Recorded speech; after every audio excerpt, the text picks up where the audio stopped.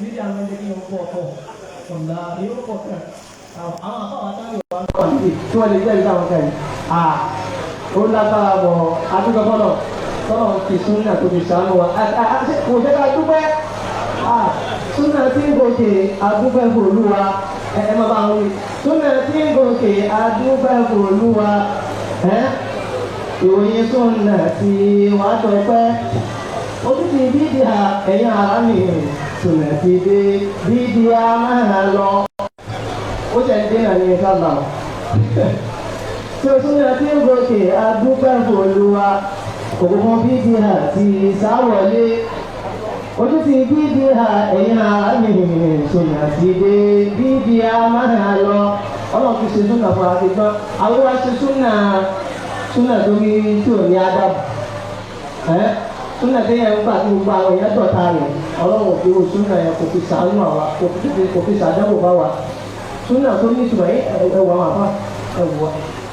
àwọn tí wọn àyẹ lẹ́ni tí yẹn ń wò pé alhamdulillah táwọn lè bá já síwájú owó ti dà ẹwọ sẹ́sà ló ti dáàyè mẹ́ iwájú ìhò yàtà dáadáa òun náà sọ fún wa lẹ́ẹ̀kan yẹn àwọn minister for ta'adud minister of dualization and pluralization àwọn ẹlẹ́dọ̀kọ̀ yìí ìwọ tó o mọ bó o ti fẹ́ gbọ́ wọn sá ní àṣàlá sá ní ìtàlẹ́gbà òun gbogbo wọn ṣe fún ọ àwọn tó lọ nínú wọn àdábà rẹ wọn ní ìmọ̀ bó ṣe ń lọ tó kì í ṣe pé kò wá sọ pé fẹ́ máa ṣe ìbáàdà ní lórí ìmọ̀ àti ṣe ìbáàdà ní oko ní sísà yẹn lòótọ́ lákọ̀ ni kò ti pẹ́ omi ṣe ìbáàdà o ti ń gbé owó mọ̀ kan ìwọ àti Mercedes Benz rẹ náà ló ti ra Mercedes Benz òun pé ìyàrá kan ló fi ń ṣe ìbáàdà wọn máa ṣe ìbáàdà burúkú mọ́ ìbáàdà wà fi fún díẹ̀ àdínkù sọ́dá pọ̀ nìkan ló mọ̀ so gbogbo àwọn kan yìí ó lẹ́kọ̀ọ́ lọ́wọ́ bá ti sọ fún wa yẹn o tí ì ní kúwàtì mẹ́rin ó lọ pé kúwàtì mẹ́rin ti tó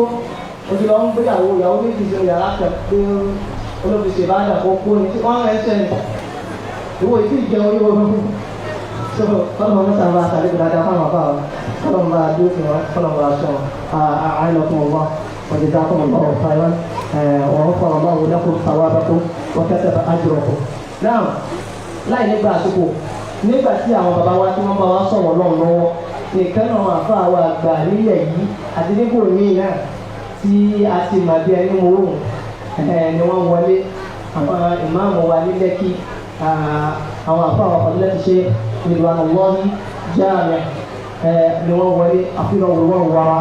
kọ́nà ọba àdìkẹ́ wa kó wọ́n sábà wá sí àdìkú dáadáa fún wọn kọ́nà ọba àṣàlẹ̀ ẹnì kan tó ní torí ọmọ pé àwọn èèyàn sáwọn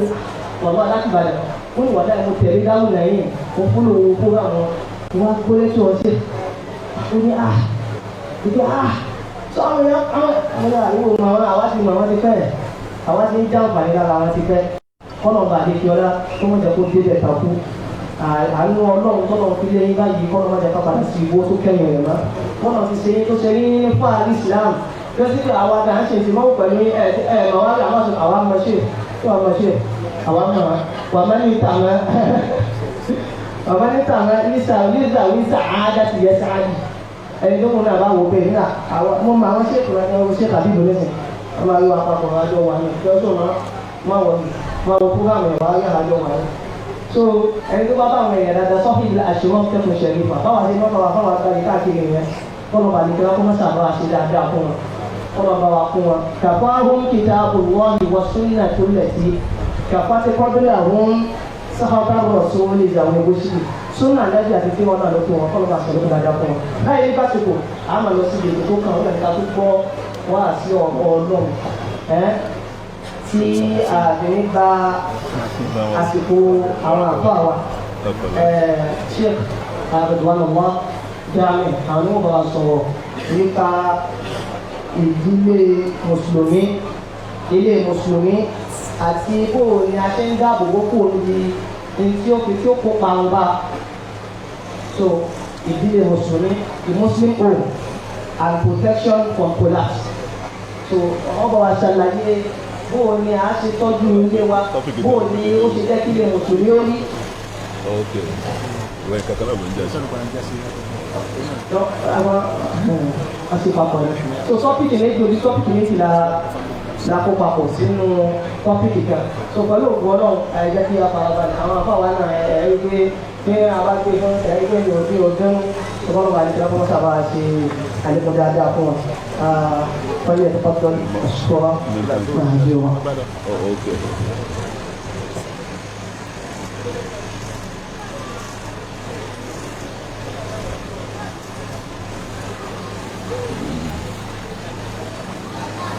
السلام عليكم ورحمة الله وبركاته. إن الحمد لله نحمده ونستعينه ونستغفره ونعوذ بالله من شرور أنفسنا ومن سيئات أعمالنا من يهده الله فلا مضل له ومن يضلل فلا هادي له أشهد أن لا إله إلا الله وحده لا شريك له وأشهد أن محمدا عبده ورسوله اللهم صل وسلم وبارك على نبينا محمد وعلى آله وصحابه وأتباعه إلى يوم الدين أما بعد adúpẹ́ fún Ọlọ́run ọba tí ọpẹ́ tọ́ sí àyìn Ọlọ́run torípò náà ni ọba tí ẹ̀yìn tọ́ sí ọ̀pọ̀lọpọ̀ àyè bàtà bá fẹ́ bẹ̀rẹ̀ ọ̀rọ̀ wọ́n ní adúpẹ́ fún Ọlọ́run àyìn ànábì wa Muhammad sallallahu alayhi wa sallam ṣùgbọ́n èyí tó dáa jù ní pé adúpẹ́ fún Ọlọ́run a sì yìn Ọlọ́run torí pé alhamdulillah èyí tá a sì fà nẹ́bí sallallahu alayhi wa sallam òun náà ní kí a tọrọ ìkẹ́ àti ìgẹ̀ fún ànábì wa Muhammad sallallahu alayhi wa sallam kọ́lọ́n kó bá a ṣe àlékún ìkẹ́ àti ìgẹ̀ fún aṣíwájú wa ànábì wa Muhammad sallallahu alayhi wa sallam àti àwọn ará ilé rẹ̀ àti àwọn sọ̀hábà rẹ̀ gbogbo wa náà kọ́lọ́n kó ṣe dáadáa fún ẹnì kọ̀ọ̀kan wa àwọn tí wọ́n ṣètò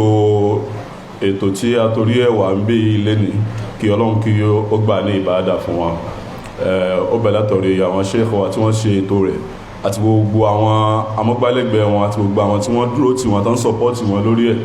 Ọlọ́run kó gbà ní ìbáadà fún wa Ọlọ́run kó má dùn wọn ládàá rẹ̀ ọlọ́àjọkùn Ọlọ́run kọ́lọ́n wá jẹ́ kí a lè ṣe é pẹ́ kọ́lọ́n kó wá fún wa ní ìkìláàsì lórí ẹ̀ ọlọ́àjọkùn Ọlọ́run ọ̀rọ̀ tí wọ́n ní kí a sọ nípa ẹ̀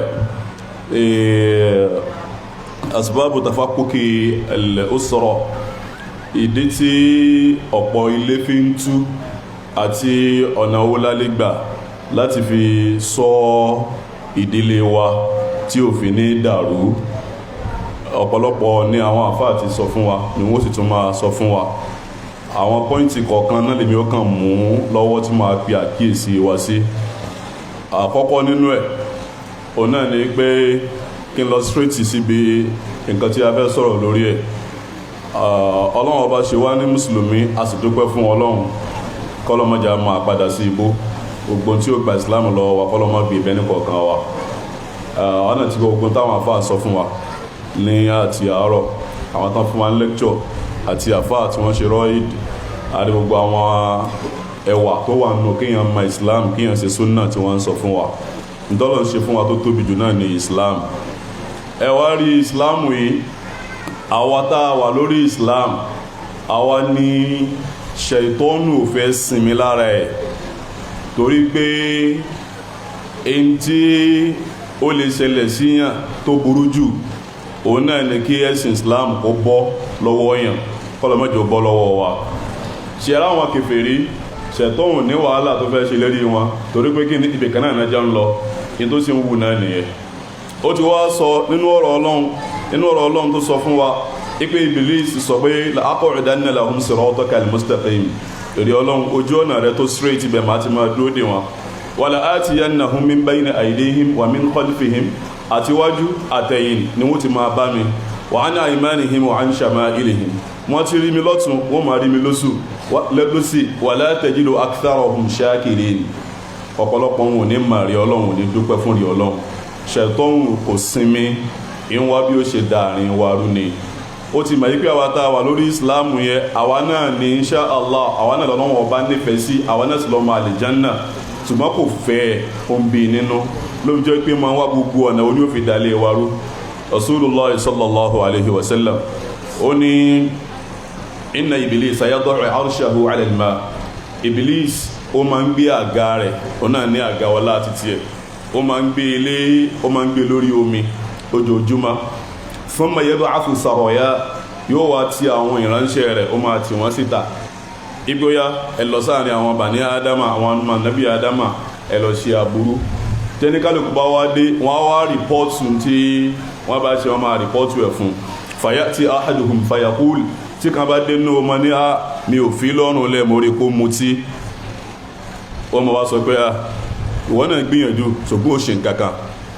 ẹlòmí ó wá dé ó ní mi ò fi lọ́rùn lẹ́ mo rí kó ṣe nǹkan báyìí ìwọ náà gbìyànjú ṣùgbọ́n ó ṣe nǹkan kan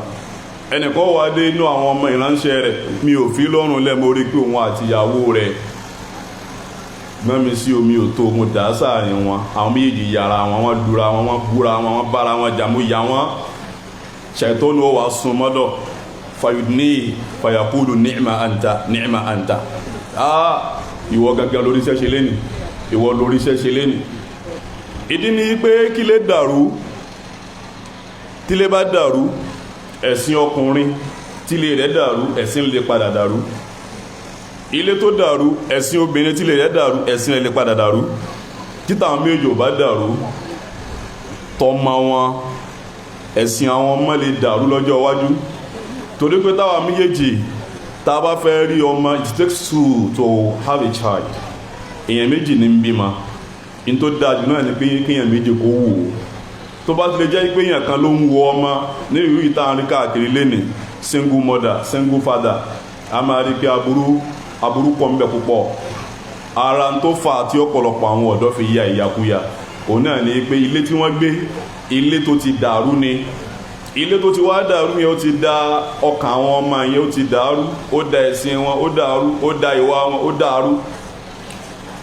èyí tá bá lọ sí àwọn ilẹ̀ òyìnbó ìlú òyìnbó a rí pé tá bá ní àwọn tán wà lẹ́wọ̀n kí ló fa ọ̀pọ̀lọpọ̀ àwọn ọmọ tán wà lẹ́wọ̀n yìí ọ̀pọ̀lọpọ̀ wọn ìdílé tó ti wó ibẹ̀ ni wọ́n ti jáde ìdílé tó ti wó ibẹ̀ ni wọ́n ti jáde náà ló fi jẹ́ kí gbogbo àwa náà a ní láti sa ipá káwọ gbogbo tá a bá lè ṣe tí ìdílé títí wo òfin ní dàrú kọ́lọ́ má da ìdílé wa rú ọlá àjọkàn ọlọ́run tí ìdílé bá dàrú àwọn ọ̀dọ́ àwọn ọmọ ló máa ń affect jù nígbà míì tó bá ti wá lè affect wọn ó máa affect àwùjọ náà nìyẹn lára ń tá a lè ṣe ní mùsùlùmí contribution ti ti wá pé àwùjọ tó ti bàjẹ́ yìí kí lèmi náà lè ṣe tí máa fi tún àwùjọ náà ṣe òun náà ni kò mójútó ẹbí rẹ̀ kẹ́bí rẹ̀ kọ́ mọ́jọ́ dàrú nítorí àwọn ọmọ kò mójútó ẹbí rẹ̀ nítorí ẹ̀sìn ẹ̀yin méjèèjì nítorí àwùjọ ẹ wá láwọn nǹkan tó máa ń da ibi rú àwọn nǹkan tó pọ̀ ni wọn kò wọ́n ti ka ọ̀pọ̀lọpọ̀ rẹ̀ fún wa ṣùgbọ́n àkọ́kọ́ tí mo kọ́ lẹ̀ ń bí òun náà ni alijahlu àìmọ̀kan ó wà nínú nǹkan tí máa ń da ibi tó máa ń dàrú tí ìdílé fi máa ń dàrú tí àárín ọkọ àti ìyàwó tí èéfì dùn kí lẹ gbà lérò pẹ̀lú àìmọ̀kan tẹ́yìn bá wà ignorant gbogbo aburú ló lè ṣèyàn ọ̀pọ̀lọpọ̀ ló máa ń prepare fún wedding kò yé prepare fún marriage wedding sì ní ọjọ́ mélòó ni ọjọ́ kan ọjọ́ méjì ọjọ́ mẹ́ta ó ti tán ṣùgbọ́n marriage ọjọ́ mélòó ni it's a lifetime affair ọ̀pọ̀lọpọ̀ ló wá ń prepare fún wedding ṣùgbọ́n wọ́n prepare fún marriage ìyàtọ̀ wà láàrin méjèèjì wedding irú aṣọ wo là ń mú ibo ni a ti ṣe event center wo la máa lò bó la ṣe gbogbo tó máa múra sí nìyẹn ṣùgbọ́n ṣe múra sí wedding marriage gangan kí ni preparation yín fún kò sí inú Al-Qur'an Al-Karim àkọ́kọ́ ntọ́nà ọba pàwọ́ láṣẹ rẹ̀ òun náà ní ká wá mímọ̀ Iqra bismi rabbika alladhi khalaq ọlọ́run tó máa sọ̀rọ̀ nípa sọ̀láàtì nípa tawhid nípa nǹkan mi ọ̀rọ̀ ìmọ̀ ni ọlọ́run ọba ọkọ̀ ṣe kíni ọlọ́run ọkọ̀ ṣe fún wa bí máa ṣe pàtàkì tó Ànábì sallallahu alaihi wasallam oní talabul ilmi fariidatun ala kulli muslim wíwá mímọ̀ ọ̀ranyàn ni gbogbo mùsùlùmí ẹni tó bá fẹ́ lọ sí hajj a lọ lè kéwú àbáyàn lè kéwú torí pé tó bá lọ́wọ́ adúrú owó yìí wà kàn lọ wé sí ẹ̀ lọ́hùn ní tó bá máa tó yẹ kó lọ ṣe mẹ́ wọ́n fi máa organize seminar ipe oṣù kan tó fẹ́ lò ní hajj àbọ̀ṣẹ̀ mẹ́ta ni kó ní máa ń pa tó ń lọ lè ṣe kódà àwọn àfà tó jẹ́ kó ti kéwú dáadáa tó bá fẹ́ lọ fún hajj àti umura in máa ń da púpọ̀ kúwọ́ náà sún mẹ́rin tó jẹ́ pé òun ti lọ rí ó ti ṣe é rí ó ti ní practical experience lọ́wọ́ gbogbo kéwú tó bá mọ̀ tó bá ti lọ ájìrí èyàn kọ́kọ́ dàmú díẹ̀ ṣùgbọ́n tó bá rẹ̀ tó ti lọ rí tó bá ṣàlàyé fún ẹ àbí tó jẹ́ pé tó ti lọ rí òun lọ bá rìn ní ájì yóò rọrùn fún wọn náà bẹ́ẹ̀ náà ni tá bá fẹ́ ṣe ìgbéyàwó ìyẹn máa ń lọ lé kéwú eléyìí ń lọ́tọ̀ ṣùgbọ́n ọ̀pọ̀lọpọ̀ yìí ṣe bẹ́ẹ̀ wọ́n ń fẹ́yàwó èmi náà fẹ́yàwó ni ìyẹn máa ń lọ lé kéwú pé mo fẹ́ gbéyàwó lọ́tọ̀ tí Ramadan bá ń bọ̀ ẹ̀rí pọ̀pọ̀lọpọ̀ àwọn àfa wá sí kí ni wọ́n máa ṣe wá sí àwẹ̀ kí ló bá jẹ́ kí ló tún ṣe nǹkan kan bẹ́ẹ̀ náà ni tí gbéyàwó tiẹ̀ náà bá ti ń bọ̀ ní tó kù tí wọ́n lè ṣe ni pé mo ń lọ lé kéwú òun làwọn kan pè ní counseling a máa lọ fún counseling session lọ́dọ̀ wa ní Lekki Central Mosque gbogbo ẹni tí yóò bá ṣe ayẹyẹ ìgbéyàwó níbẹ̀ a kọ́kọ́ sọ fún wọn pé wọ́n gbúrò tí kọ́kọ́ wá fún counseling náà ká bá wọn sọ̀rọ̀ ní one on one torí pé wàásù tá a máa ń ṣe ní ọjọ́ ìyàwó kì í sábà wo etí ọ̀pọ̀lọpọ̀ nǹkan ló wà lọ́kàn ọkọ àti ìyàwó nígbà náà a nìkan méjì kọ́kọ́ wá náà ká bá wọn sọ̀rọ̀ counseling kéwú náà nìyẹn yẹn lọlé kéwú náà nìyẹn bẹ́ẹ̀ làwọn àfáà náà a ní láti ṣe tẹ̀tùwírì aspect counseling yìí ká mú yìí táwọn olóyìnbó ń ṣe ká wá jẹ́ kí kéwú kó wọnú ẹ̀ ká fi lè ṣe lọ́nà tí ó yẹ kí kágbà ṣe lára tó yẹ ká mọ̀ tẹ́lómi fi ń fi àìmọ̀kan rẹ̀ tó fi ń ṣe àkóbá fún rẹ̀ òun náà ni pé àwọn ìlànà tánàbí fún wa sallallahu alaihi wasallam ká tẹ̀lé láti mú tààlà fi ṣe aya àbí láti fi ṣe ọkọ òun kọ́ lẹ́lómi ń tẹ̀lé Rasulullah sallallahu alaihi wasallam nínú àdífì kan ó ní idha atakum man tardawna dinahu wa amanatahu ìwáyà kan ní idha atakum man tardawna dinahu wa khuluquhu fazawwijuhu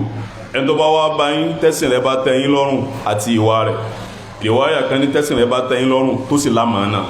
fazawwijuhu ẹjọ́ fi ọmọ yín ìntẹ́ ọkùnrin ìntẹ́ yí bàbá wò lára ọkùnrin tó bá wá béèrè ipò ń fẹ́ fi ọmọ rẹ̀ nìyẹn man tardawna dinahu wa amanata so lẹ́sìn so sì ṣe fọkàn tán so wà honest torí pé àmánà tó tóbi jù ó ní ọmọ tí yẹn fẹ́ fún yàn ẹni tó bá wá jẹ́ ìgbé ẹwọ ìṣẹ̀mí rẹ̀ ẹmọ̀kẹ́ tó wá lè mọ̀ pé yẹn lẹ́sìn àtó ní àmánà àbóníwà ẹ kọ́kọ́ ṣe investigation nípa arú ọkùnrin bẹ́ẹ̀ ẹ kàn ní wo sùúrọ̀ lásán ẹ ní wo kójọ tó wá bọ́ béèrè ọmọ wa mọ́tò bọ̀bìnà kábà yìí ló gbé wá kó jẹ́ pé ọmọlúwàbí ni ọ̀rí mọ́tò tó pàkẹ́ kalẹ̀ ni mọ́tò oṣù túmọ̀ sí pé kéèyàn jẹ́ ọmọlúwàbí owó tẹ́lómi ní ọ̀nà ló fi ń fi àjẹ obìnrin tó wà lọ́wọ́ ẹ̀ torí pé owó nǹkan lónìí àrí tó fi fẹ́ tẹ́lẹ̀ ṣùgbọ́n ẹ̀sìn ẹni tó bá páyọ̀ Ọlọ́run tó sì lámàánà àmánà ni ọmọ obìnrin tá a fẹ́ gbé fún yẹn yìí àmánà ńláńlá ni ìwà àtẹ̀sìn Ànábì pa méjì pọ̀ láàrin yìí sallallahu alaihi wasallam jẹ́rí kíyàn lẹ́sìn ara tó jẹ́ kíyàn sóre lọ́rùn ni tíkẹ́ẹ̀tì kíyàn wà lè Jánnà ni kíyàn lẹ́sìn kíyàn wá níwà òní ó jẹ́ kí ẹ̀sìn yẹn kó pé lèyàn sì máa fi ráyé gbé ẹ̀sìn lèyàn ó fi jẹ́ ìmáàmù fóbìnrin ìwà lèyàn ó fi ra àyàn gbé níbi àlàáfíà Ànábì sallallahu alaihi wasallam a mọ̀ pé kúlùkù yìí ìwà ara ẹ̀sìn náà ló wà ṣùgbọ́n òun tún wà ní ààyè míì lọ́tọ̀ nínú ẹ̀sìn Ànábì fi dákọ̀ rẹ̀ lọ́tọ̀ sallallahu alaihi wasallam àìmọye àwa tọ́lọ̀hún ṣe tó fi súnà rọ̀ lọ́rùn ṣùgbọ́n ìwà yẹn burú díẹ̀ ọ̀pọ̀lọpọ̀ ilé tó ń dàrú lé ní àìníwà ni ọ̀pọ̀lọpọ̀ ilé tó ń dàrú àti mùsùlùmí tó lágbọ́yé ẹ̀sìn ni ó àtẹ̀ntí ò lágbọ́yé ẹ̀sìn ni ó ìwà yẹn ní pọ́blẹ́mù wa ìwà yẹn ní pọ́blẹ́mù wa kíyàn ní adab kíyàn ní ìwà tó dáa ó fi jẹ́pà Ànábì sallallahu alaihi wasallam ó ń sọ nínú ọ̀rọ̀ rẹ̀ pé ali ukhbirukum bi ahabbikum ilayya ṣé kí n sọ fún yín àwọn tí mo nífẹ̀ẹ́ sí jù nù yín wa aqrabikum minni majlisan yawm al-qiyamah àtàwọn tí wọ́n súnmọ́ mi jù lọ́jọ́ gbẹ̀ndẹ̀ al-qiyamah inú àwọn sàhábà dùn pé dákun dákọ̀ wọn fún wọn ọ̀rọ̀ kò fẹ́ dákọ̀ ni àwọn tí mo nífẹ̀ẹ́ sí jù nù yín àwọn tí wọ́n ti súnmọ́ mi jù lọ́jọ́ gbẹ̀ndẹ̀ al-qiyamah àwọn àwo ni ahasinukum akhlaqa àwọn tí wọ́n bá dáa jù nù yín àwọn ni wọ́n súnmọ́ mi jù kìí sàwọn tí ìràn wọn pọ̀ jù àmàpá àgbùrọ̀ mọ́kírun kìí sàwọn tí wọ́n lè gba àwẹ̀ jù àmàpá àgbùrọ̀ gba àwẹ̀ ṣùgbọ́n àwọn tí wọ́n bá dáa jù nù yín àwọn ni wọ́n súnmọ́ mi jù lọ́jọ́ gbẹ̀ndẹ̀ al-qiyamah al-muwatta'una aknafa àwọn tí wọ́n rẹra wọn sílẹ̀ alladhina ya'lafuna wa yu'lafuna àwọn tí wọ́n máa ń bá àwọn èèyàn ṣe àwọn náà sì súnmọ́ they are accommodating, they are tolerant wọ́n dùn súnmọ́ wọ́n dùn bá ṣe wọ́n dùn bá sọ ẹ̀wọ̀n gbádùn kẹwàá pẹ̀lú wọn ìwà ọwani wa inna abghadakum ilayya wa ab'adakum minni majlisan yawm al-qiyamah àwọn tí mo kórìíra jù nínú yín àwọn tí wọ́n jìnnà sí mi lọ́jọ́ gbẹ̀ndẹ̀ alikiyama masawi ukum akhlaqo àwọn tó jẹ́ pé ìwà wọn ò dáa ni ìwà wọn ò dáa kò síbí ni wọ́n ṣe pọ̀ tó kò síbí tahajjud ni wọ́n ṣe pọ̀ tó kò sí báyọ̀ wọ́n ṣe pọ̀ tó kò sí bá ṣe súnà tó tí wọ́n bá ti lè ṣe súnà ìwà wọn ò ní wá pẹ̀lú mi lọ́jọ́ gbẹ̀ndẹ̀ alikiyama sallallahu alayhi wa sallam ìwà ó ṣe pàtàkì púpọ̀ iná ló fi jẹ́ pé bá ti bí wa yẹn ó dáa ká túnra wa bí ọ̀pọ̀lọpọ̀ owó tí ì túnra wa bí o àwọn olóyìnbó máa ń pè kíní kan ní recreational activities àwọn nǹkan tí yóò máa ṣe bíi sports tí yóò fi ṣe kíni tí yóò fi wà socially fit bẹ́ẹ̀ náà la ní láti recreate ara wa morally tá a fi wà morally and religiously fit tapàá jùlọ nígbà tó bá fẹ́ gba ẹlòmíì sílé tẹ́fẹ́ jọ gbé papọ̀ èyàn ó lọ fún ẹ̀kọ́ ìwà lọ́tọ̀ èyàn á túnra ẹ̀ bí èyàn ó túnra ẹ̀ rẹ̀ ṣe èyàn á túnra ẹ̀ bí èyàn ó túnra rẹ̀ ṣe ara question tá a máa ń béèrè tá a bá fẹ́ ṣe tá a bá ṣe counseling ní pé ìwọ ọkùnrin kí ni weaknesses yẹ ẹlòmíì lè ní èmi tètè máa ń bínú ẹlòmíì lè ní mi fẹ́ kí n máa rí nǹkan tó dọ̀tí ibi ẹ̀ la máa gbà wọlé ìrí obìnrin kí ni weaknesses tiẹ̀ obìnrin mi ò ní mo stubborn tí wọ́n máa sọ mo stubborn màá ní kí n tó ní mo wà domineering mi fẹ́ kí n sọ̀rọ̀ kí n má tẹ̀lé tí mo bá sọ kí n tó ní ẹlòmíà tó kà mí lọ ibi láwọ̀ àgbà wọlé intestine sọ lélẹ́yìí intestine sọ lórí ẹ̀ lélẹ́yìí ọkọ ìyàwó ntáàjọ ká máa béèrè ni pé maru ìyàwó olùfẹ́fẹ́ ìgbà míì may just have to accept someone for who he is tẹ́ bá fẹ́ bára yín gbé dáadáa and sometimes anything you can't change you learn to manage it àwọn kankan wà láyé o lè change ẹ̀ wàá manage ẹ̀ ni o lè change àwọn òbí rẹ̀ wàá manage wọn ni bí nǹkan mi ṣe máa rí inú marriage nìyẹn ṣùgbọ́n ìmọ̀ kan kò jẹ́ kẹ́ lómi ìmọ̀ ọ̀nà wo la gbá fẹ́ gbogbo nǹkan báyìí gbà so ẹ̀sìn àti wà ó ní kó ṣe kí ni ká kọ́kọ́ wò nígbà àdìsí kejì tí gbogbo wa mọ̀ yẹn Ànábì sallallahu alayhi wa sallam ó ní tunkahu al-mar'atu li arba torí nǹkan mẹ́rin lọ́pọ̀lọpọ̀ máa fi ń fẹ́ yàwó àwò ẹwà àwò ẹbí àwò owó àwò ẹ̀sìn ó wá ní fa alaykum fadfar bi dhati din ẹni tó lẹ́sìn lọ́wọ́ rẹ o ẹni tó bá lẹ́sìn ní kó wo ṣe wá rí àdífì yẹn Sheikh Albani rahimahullah ó wá ní riwaya kan wà tó ní fadfar bi dhati din wal khuluqi obìnrin tó bá níwà tó lẹ́sìn tó wá tó ṣe kíni tó níwà ò ní kó wá o gẹ́gẹ́ bó ti sọ fáwọn ọkùnrin lẹ́ẹ̀kan ìpẹ́ tó bá lẹ́sìn tó sì níwà àbí tó lámàánà ní kẹ́ ẹ̀fọ́ máa yín fún lóbìnrin bẹ́ẹ̀ náà ló sọ pé ẹ̀yin ọkùnrin náà tẹ́ ẹ bá ń wá ọkùnrin àmì ìwọ ọkùnrin náà tó bá ń wá obìnrin fadfar bi dhati din ẹni tó bá lẹ́sìn ní kó wá ó ní wal khuluqu bi riwaya mi tó tún wá ní ìwà nǹkan méjì yẹn tá a bá ti múlẹ̀ yìí lọ́wọ́ a gbádùn ara wa dáadáa tẹ́sìn bá wà tí wà bá wà ẹnìkan nú àwọn àfa ó lọ bá ẹnìkan lọ bá wọn ẹnìkan nú àwọn àfa ó ní ẹ̀dákun tálẹ́lì gbà mí nímọ̀ràn kí n fi ọmọ mi lóbìnrin fún ó ní fún ẹni tó bá lẹ́sìn tó sì níwà tó bá nífẹ̀ẹ́ ọmọ rẹ̀ ó gbádùn bẹ́ẹ̀ tí ò bá nífẹ̀ẹ́ ọmọ rẹ̀ kò ní sí àbòsí fún lọ́nà méjèèjì ọmọ rẹ̀ ò ní sọ́fà nínú kó nífẹ̀ẹ́ rẹ̀ dáadáa tó bá nífẹ̀ẹ́ dáadáa ọmọ rẹ̀ ó gbádùn tí ò bá nífẹ̀ẹ́ ọmọ rẹ̀ kò ní ṣe kíni kò ní sí àbòsí fún èyí tó bá wo lè jẹ́ bẹ́ẹ̀ ọmọ rẹ̀ ó sòrí ibi tó bá mú lọ ìyẹn wà ó ṣe pàtàkì lára ignorance dálómi wa ní náà ni pé ẹlòmí ò mọ kí lójúṣe mi nínú ìgbéyàwó ara ń táwọn máa ń ṣe ọ̀nà counseling nìyẹn what are your duties as a man mention rẹ̀ lẹ́yìn ìgbà yẹn wà ní òkè ntí Kùránì sọ ilé ar-rijalu qawwamuna 'ala an-nisa bima faddala Allahu ba'dahum 'ala ba'd ọlọ́run lẹ́yìn ọkùnrin ní ẹ mójútó àwọn obìnrin ọlọ́run wá ká lọ bẹ́ẹ̀ nínú àyà kan náà Suratu Nisa ní àyà 34 ọlọ́run wá sọ tàwọn obìnrin náà àyà kan náà ọlọ́run fi sọ tàwọn obìnrin náà kí lójúṣe obìnrin nínú marriage ó ní fasalihat qanitatun hafizatun lil ghaib bima hafizallah ọ̀pọ̀lọpọ̀ ni wọ́n ń lọ ìgbéyàwó òòjò kókó bíra ẹ pé kí lójúṣe mi torí pé tó bá ti ń lọ sínú marriage èyí tó ń lọ náà ni pé gbogbo rọ̀ ní nǹkan tí mo gbọ́dọ̀ máa ṣe nínú ẹ̀ ó gbọ́dọ̀ ní duties yẹn ọ̀pọ̀lọpọ̀ mọ duties yẹn a kàn fẹ́ra wa náà ni wọ́n ẹ̀ṣẹ̀ máa sọ pé lágbájá ẹ̀ fowó kalẹ̀ ni lágbájá ẹ̀ ṣe nǹkan báyìí ni òun ìdíkan máa sọ fún yàn kí yàn tó ṣe é. máa mention àwọn duties yẹn kí n tó mention ẹ̀. lára ìmọ̀kan tó ń kó bá ọ̀pọ̀lọpọ̀ àwọn ènìyàn òun náà tún ni pé ká tó fẹ́ra wa nígbà míì àwọn tí wọ́n máa ń sọ fún wa bá fẹ́ fẹ́ra wa bá ní fẹ́ra wa òun náà ni àwọn àáfàá tá máa ń yẹ nǹkan wò wọ́n láwọn ti lọ lè yẹ̀ wò wọ́n ti ní wọn gbọ́dọ̀ fẹ́ra wọn torí pé kí ni eléyìí màáyí ni eléyìí sì ní hawaii ni àbí eléyìí nàrí ni eléyìí tùrábì ni wọn ò sì gbọ́dọ̀ ṣe kí ni wọn gbọ́dọ̀ papọ̀ èyí tí máa ń dalé mi ìrùlé léyìí ẹlòmíì tí wàá ti di pé lágbájá lẹ́sìn ó sì níwà àwọn òbí rí ó wàá jókòó pé ara ilẹ̀ fẹ́ra yín ṣe àti ìyẹ́wò wọ́n lé star yín ò bára wọn mu ẹnìkan ni wọ́n sọ fún jò ní pé àbúrò rẹ̀ tó fẹ́ lọ́kọ yẹn ẹni tó fẹ́ fẹ́ yẹn mẹ́jọ fẹ́ o tán bá fẹ́ wọn ní bímọ o ẹnìyẹn wọ́n sọ fún wa pé ọjọ́ tó ń sọ fún wa ọmọ ẹlẹ́ẹ̀kẹ́ ẹni làbúrò òun lówó lọ́wọ́ wọ́n sì ní wọn ò ní bímọ Ànábì fi sọ fún wa sallallahu alayhi wa sallam ó ní man ata arrafan fasalahu an shay lam tuqbal lahu salatu 40 yawma aw lam tuqbal lahu salatun 40 yawma riwaya Imam Muslim kan lam tuqbal lahu ma salatun 40 yawma ẹnikẹ́ni tó bá wọlé bá wọn tó bá máa ń yẹ nǹkan wò ó wá béèrè nǹkan lọ́wọ́ wọn pé bá wò Abdullahi àti Khadija tó fẹ́ fẹ́ra wọn yìí ṣé wọ́n wá compatible tí wọ́n bára wọn mu àbí Hassan àti Hussein tó fẹ́ fẹ́ra wọn yìí ṣé wọ́n bára wọn mu ó kàn lọ lè béèrè lásán fún 40 days ọlọ́run ní gbàrún lọ́wọ́ rẹ̀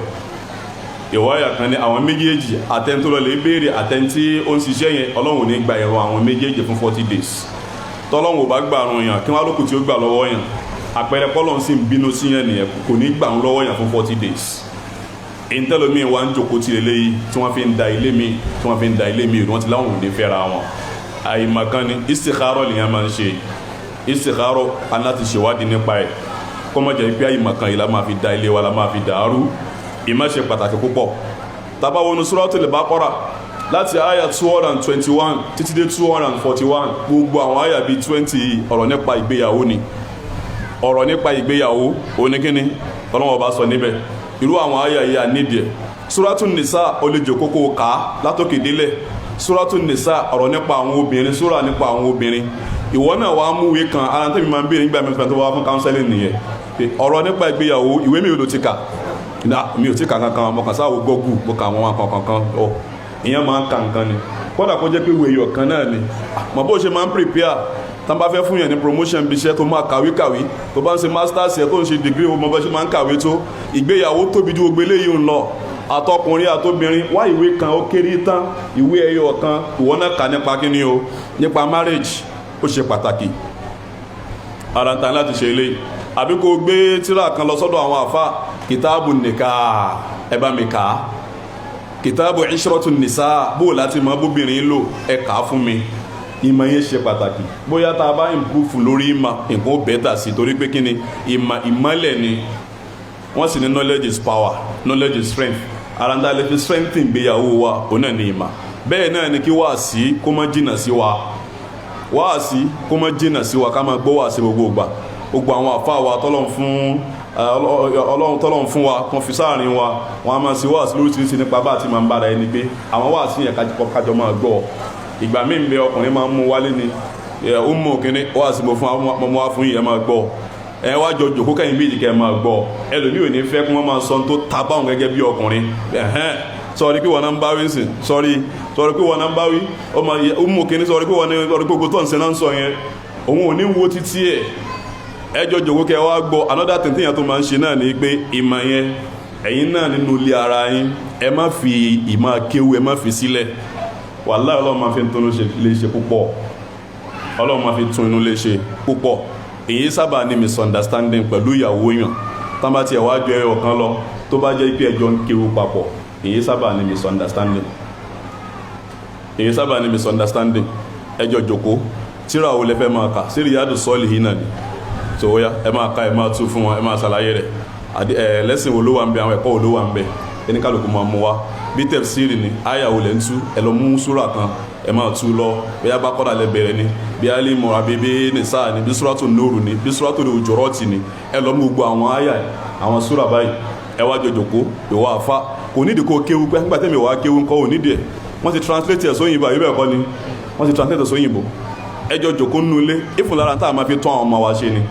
àwọn ọmọ yín lóòrèkóòrè bóyá lẹ́ẹ̀kan lóṣù ẹ̀ẹ̀mejì nínú oṣù àbí lẹ́ẹ̀kan lọ́sẹ̀ ẹ wá jọ jòkó ìdó ti dàgbà nínú wọn ti kọ́ ọmọdún 10 lọ sókè ọ̀yá Riyadu Solihin náà lélẹ̀ wọ́n ti tú sí English ọ̀yá kà wá sàlàyé rẹ̀ fún wa kí gbogbo aká listing ìwọ bàbá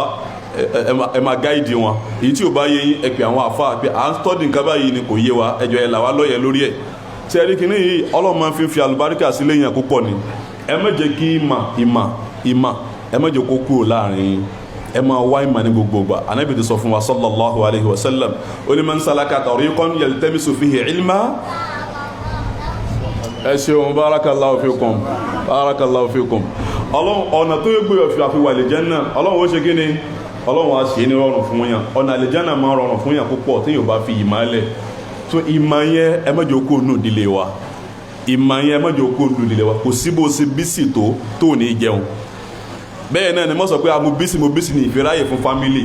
mi ìfẹ́ráyè àti ìjọba kájọ máa ka kíní kan náà kéwú ẹ má jẹ́ kí kéwú kókó nílé yìí mo sọ pé ìsà àfà gbogbo tó bá lágbára ẹjọ́ máa ṣe nínú ilé nínú ìmọ̀ ẹ máa rí ìyípadà tó nínú ilé yẹn máa rí pé bọ́ǹdì yìí máa strong Ọlọ́run á ṣe ní ọrùn fún wa ẹlẹ́ẹ̀kejì nínú àwọn tó ń da lérú òun náà ni laziness kíyàn ya ọ̀lẹ ìyẹn máa ń ṣẹlẹ̀ sọ́kùnrin sì máa ń ṣẹlẹ̀ sóbìnrin ìyá ọ̀lẹ yìí náà pé ojúṣe èèyàn kíyàn má ṣe bóyá nítorí pé ó mọ̀ ẹgẹ́ mo ṣe ń bá bọ́ lẹ́ẹ̀kan abó mọ́ ò ṣe ṣe rí kíyàn ya ọ̀lẹ aburú ńláńlá ni Rasulullah sallallahu alayhi wa sallam ìmọ̀ sọ ní ọ̀rọ̀ rẹ̀ ìmọ̀ ṣe ní àdúrà rẹ̀ yìí pé Allahumma inni a'udhu bika minal hammi wal hazan àbí wal huzni wa minal ajzi wal kasal al ajzu wal kasal tó jẹ́ kojú ojúmọ́ Ànábì ń bèèrè lọ́dọ̀ Ọlọ́run kó sọ́run níbi aburú yẹn a jẹ́ pé veritable evils ni wọ́n aburú tó sátẹ̀yìn ní gbogbo àwọn nǹkan tánàbí ní kọ́lọ̀ sọ́run níbẹ̀ yìí al-ajiz àti kasal òròjú àtọ̀lẹ kí nǹkan máa ròyìn lójú àti kí yẹn ya ọ̀lẹ ó mọ ojúṣe rẹ̀ ò ṣe àbó tí ẹ̀ má rárá dé gbogbo tí ẹ̀ wá ṣe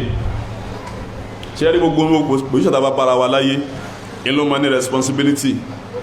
To be a responsible person is to know your duties and do them. Lápèjúwe, gbogbo àti kọ́ra wa ní Mùsùlùmí, o lè jẹ́ Mùsùlùmí òdodo tó o bá ma responsibilities rẹ̀ kó sì máa ṣe. Kí Ọlọ́run fi pa Ànábì Ibrahim lé, alayhi salatu wa salam. Wa idh ibtala Ibrahima rabbuhu bi kalimatin fa atammahun. Ṣé bí ntọ́lọ́wọ́n bá ní ó ṣe tó ṣe ló fi dẹni àpẹẹlẹ wájú Ọlọ́run, àbí bẹ́ẹ̀ kọ́ ni? Bẹ́ẹ̀ náà làwa náà, tó bá jẹ́ aládùúgbò lápèjúwe, you are a neighbor to somebody. Being a neighbor ó ní àwọn ojúṣe tó gbélé Ọlọ́run. Tó bá jẹ́ òbí, ìjẹ́ òbí ó láwọn duties tó gbélé Ọlọ́run. Tó bá jẹ́ ọmọ, ìjẹ́ ọmọ ó ní duties tó gbélé Ọlọ́run. Bẹ́ẹ̀ náà ni kéèyàn jẹ́ ọkọ, ó ní duties tá a gbọ́dọ̀ ṣe. Bẹ́ẹ̀ náà ni kéèyàn jẹ́ ìyàwó. Ẹ wá rí àwọn duties wọ̀nyí tọkùnrin yóò ṣe àtóbìnrin yóò ṣe. Ọlọ́run sọ fún Suratu Nisa aya 34. Tá bá sọ mara ise kí wá mọ̀ yẹn nǹkan mẹ́ta náà ní bẹnu ẹ̀ alákọ̀ọ́kọ́ náà ní provision ẹlẹ́ẹ̀kejì ní protection ẹlẹ́ẹ̀kẹta ní direction nǹkan mẹ́ta tí ọkùnrin ó ṣe náà nìyẹn generally tẹ́lẹ̀ bá ní ká tọ́jú ọmọ náà ojúṣe wa lórí àwọn ọmọ mẹ́ta yẹn náà tó ní provision protection àti direction. Provision kí lọkùnrin ó jẹ kàmí kí níyàwó ó jẹ kí ni ó mu kí ni ó wọ̀ ibo ni ó gbé ọrùn ọkùnrin ló wà ọrùn ọkùnrin òun ló wà tóbìnrin bá ń ṣe nínú ẹ̀ ó ń ràn wá lọ́wọ́ ni a sì gbọ́dọ̀ appreciate ẹ̀ fún ṣùgbọ́n ọrùn ọkùnrin ló wà. Ànábì sallallahu alayhi wa sallam ó wá ń sọ ní ọ̀rọ̀ rẹ̀ pé wa innaka lan tunfiqa nafaqatan tabtaghi biha wajha Allah illa ujirta alayha hatta ma taj'ala fi imra'atik. Gbogbo tó o bá ná lówó tó ń ran kan pé máa gba ládá lórí ẹ̀ Ọlọ́run sì máa fún ẹ ládá lórí ẹ̀ ìyẹn ni pé tó bá ná nítorí tọ́lọ́run Ọlọ́run máa fún ládá lórí ẹ̀ hatta ma taj'ala fi imra'atik. Even oúnjẹ tó ń fún ìyàwó rẹ̀ bó ṣe ń tọ́jú ìyàwó rẹ̀ yẹn tó bá ti láníyàn pé mò ń tọ́jú rẹ̀ nítorí pé Ọlọ́run ti sọ pé ar-rijalu qawwamuna 'ala an-nisa wà á máa gba ládá lórí ẹ̀ èyí fi ya ahun sóbìnrin èyí ya ahun sóbìnrin èyí ya ahun sí obìnrin téèyàn bá ń tọ́jú obìnrin Ọlọ́run máa ń ṣe ìbùkún fún yàn ni ìbùkún ni kéèyàn máa tọ́jú àwọn obìnrin tí wọ́n bá ti ń dùn inú tèèyàn náà sì máa dùn tó bá ṣe lágbára tó ẹ máa tọ́jú wọn ìbùkún ni.